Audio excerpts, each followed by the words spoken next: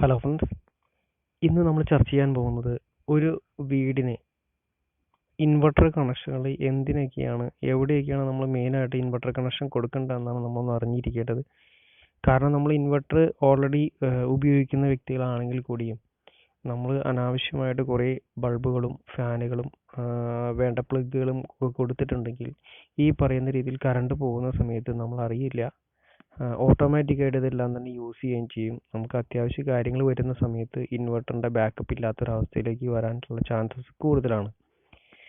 ആദ്യമേ തന്നെ നമ്മൾ അറിഞ്ഞിരിക്കേണ്ടത്, ഒരു ഇൻവെർട്ടർ സെലക്ട് ചെയ്യുന്ന സമയത്ത് നമ്മുടെ വീടിന് ആവശ്യമായ രീതിയിലുള്ള ബാക്കപ്പുള്ള ഇൻവെർട്ടർ, അതായത് ഇത്ര KV വരാവുന്ന, ഇത്ര വാട്ട്സ് വരാവുന്ന രീതിയിലുള്ള ഇൻവെർട്ടർ ആദ്യം സെലക്ട് ചെയ്യണം.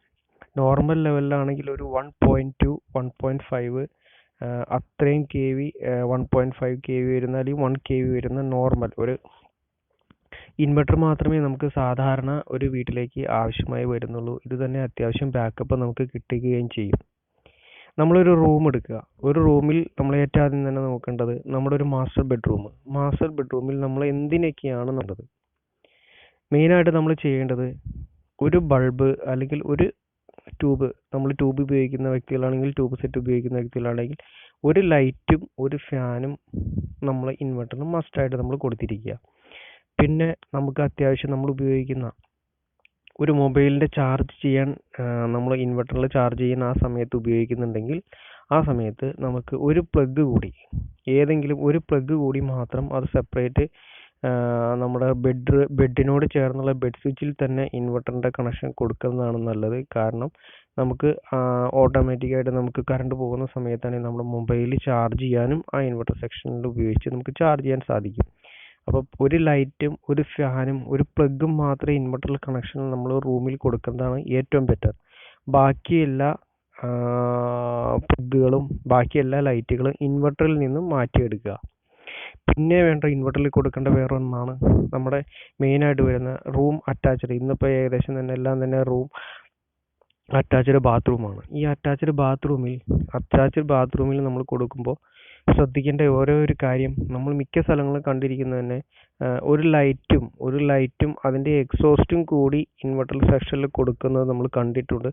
അത് ബാക്കപ്പ് കൂടിയ ഇൻവെർട്ടറുകളാണ് നമ്മൾ ഉപയോഗിക്കുന്നതെങ്കിൽ എക്സോസ്റ്റ് വർക്ക് ചെയ്യുന്നതിന് പ്രശ്നമില്ല.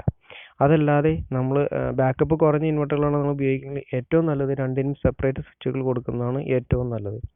കാരണം ഇൻവെർട്ടറിൻ്റെ എക്സോസ്റ്റ് വർക്ക് ചെയ്യുന്ന സമയത്തും അതുപോലെ തന്നെ നല്ല രീതിയിൽ തന്നെ വാട്ട് എടുക്കാൻ ചാൻസസ് കൂടുതലാണ്.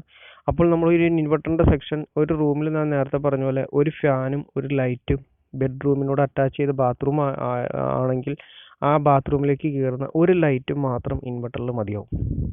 പിന്നെ മെയിനായിട്ട് വരുന്നതെന്ന് വെച്ചാൽ ആ റൂമായിട്ട് ബന്ധപ്പെട്ട് മാസ്റ്റർ സ്വിച്ച് നമ്മൾ മസ്റ്റായിട്ടും ഇൻവെർട്ടർ സെക്ഷനിൽ നമ്മൾ കൊടുത്തിരിക്കണം.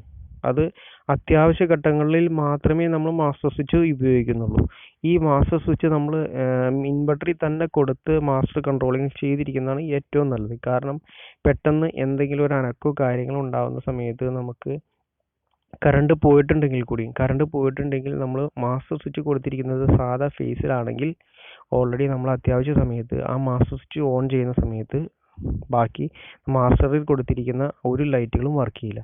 അപ്പോൾ മാസ്റ്റർ സ്വിച്ച് മസ്റ്റായിട്ട് നമ്മൾ ഇൻവെർട്ടറിൽ കൊടുത്തിരിക്കുന്നതാണ് ഏറ്റവും നല്ലത്. കറണ്ട് പോയാലും ഇൻവെർട്ടറിൽ വർക്ക് ചെയ്ത് നമുക്ക് പെട്ടെന്ന് തന്നെ നമുക്ക് ലൈറ്റുകൾ തെളിക്കാൻ സാധിക്കും.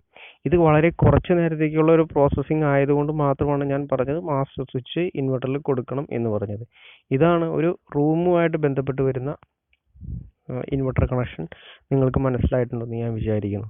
ഇനി ഇതിനേക്കാൾ കൂടുതൽ പുതിയ എങ്ങനെ ഒരു വീട്ടിലേക്ക് ഏതൊക്കെ സെക്ഷനിലാണ് ഇൻവെർട്ടർ കൊടുക്കുന്നത് നിങ്ങൾക്ക് അറിയണമെന്ന് താല്പര്യമുണ്ടെങ്കിൽ തീർച്ചയായിട്ടും കമൻറ്റ് ചെയ്യാൻ മടിക്കരുത്. നിങ്ങളുടെ സംശയങ്ങളോ കാര്യങ്ങളോ എന്തുണ്ടെങ്കിലും തീർച്ചയായിട്ടും കമൻറ്റ് ചെയ്യുക. നിങ്ങൾക്ക് ഈ വീഡിയോ ഉപകാരപ്പെട്ടു എന്ന് ഞാൻ വിചാരിക്കുന്നു. അതുകൊണ്ട് നിങ്ങൾക്ക് ഫ്രണ്ട്സുകളിലേക്ക് ആർക്കെങ്കിലും ഉപകാരപ്പെടുമെങ്കിൽ ഫ്രണ്ട്സുകളിലേക്ക് മാക്സിമം ഷെയർ ചെയ്യുക, ലൈക്ക് ചെയ്യുക, സബ്സ്ക്രൈബ് ചെയ്യുക. ഓക്കെ ഫ്രണ്ട്സ്, അടുത്ത വീഡിയോയിൽ കാണുന്നവരെ ഓക്കെ താങ്ക്സ് എന്നാൽ.